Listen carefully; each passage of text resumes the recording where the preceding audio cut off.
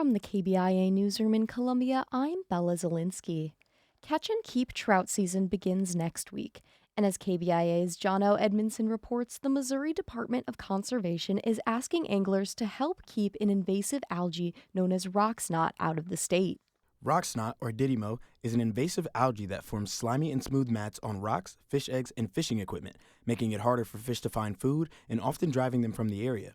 Andrew Branson is a fisheries program specialist with MDC and says the biggest way to prevent infestation is actually avoiding certain materials on footwear, including felt.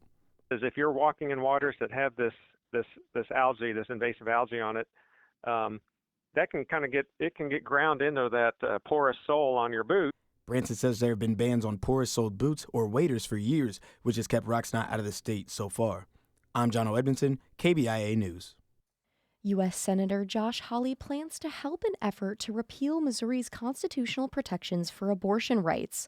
Missourians in 2024 approved an amendment enshrining protections for the procedure up to fetal viability. Later this year, voters will decide on a measure to repeal that amendment and replace it with an abortion ban, with some exceptions for medical emergencies and rape and incest up to 12 weeks of pregnancy. Hawley says he's confident Missourians will repeal the abortion rights amendment, even though it passed because enough Republican voters supported it in 2024.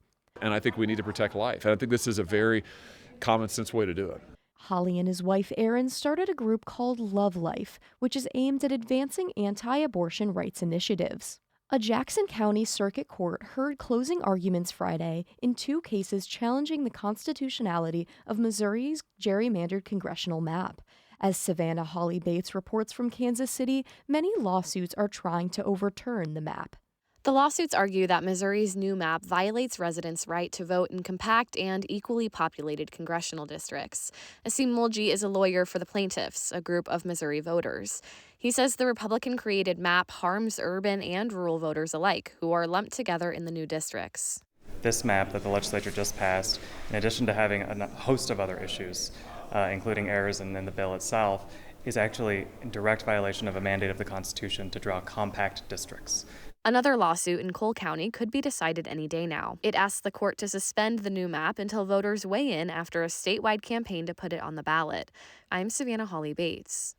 Growers of fruit, vegetables, and other specialty crops are asking Congress for additional aid. The Trump administration's Farm Bridge Assistance Program set aside $1 billion for specialty crops. Those payments have been delayed at least another month, according to a recent USDA announcement.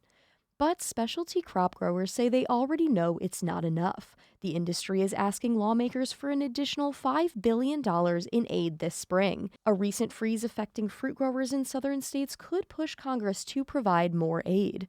I'm Bella Zielinski, KBIA News, Columbia.